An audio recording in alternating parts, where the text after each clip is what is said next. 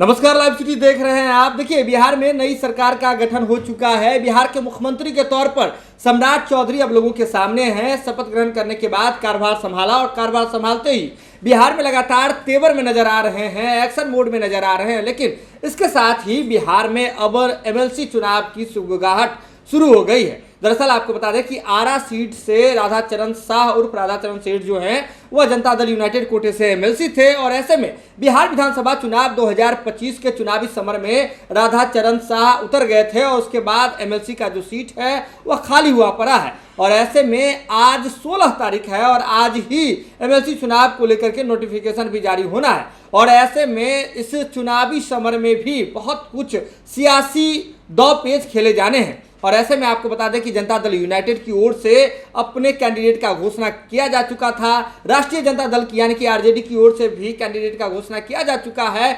और अब इस चुनावी समर में प्रशांत किशोर की पार्टी जनसुराज ने उतरने का मन बना लिया है, मूड बना लिया है।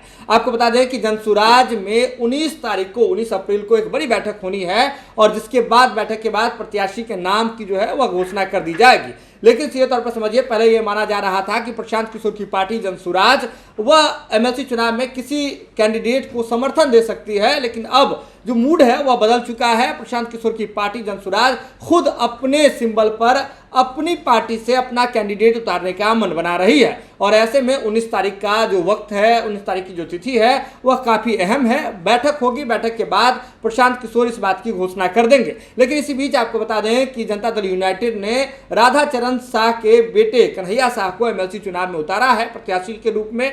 वहीं दूसरी ओर अगर आरजेडी की बात करें तो आरजेडी की ओर से सोनू कुमार राय जो हैं उन्हें उतारा गया है। सोनू कुमार राय के जो पिता हैं पूर्व में एमएलसी रह चुके हैं, रामदास राय, वह पूर्व में एमएलसी रह चुके हैं, भोजपुर से ही आते हैं। और ऐसे में आज 16 तारीख है, 16 अप्रैल को आज नोटिफिकेशन होगा। इसके बाद आपको बता दें कि इस पूरे प्रकरण में 23 तारीख तक जो है आखिरी तिथि है जिसमें नॉमिनेशन किया जा सकेगा।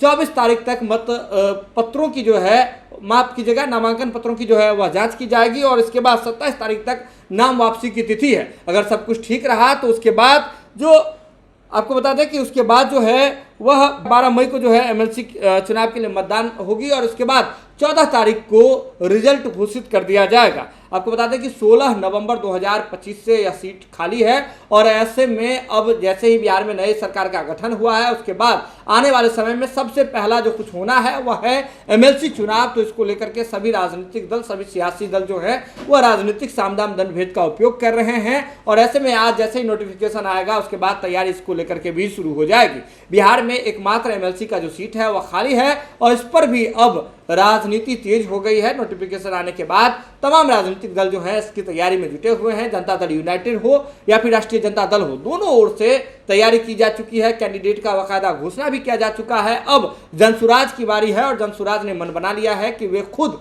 इस सीट पर अपने दल से प्रत्याशी को उतार रहे हैं। यह खबर आप लाइव सिटीज के यूट्यूब पर देख रहे हैं तो आप सब्सक्राइब कर लें, फेसबुक पर देख रहे हैं तो फॉलो कर लें। जो रहे लाइव सिटीज के साथ, खबरों का सिलसिला लगातार जारी है।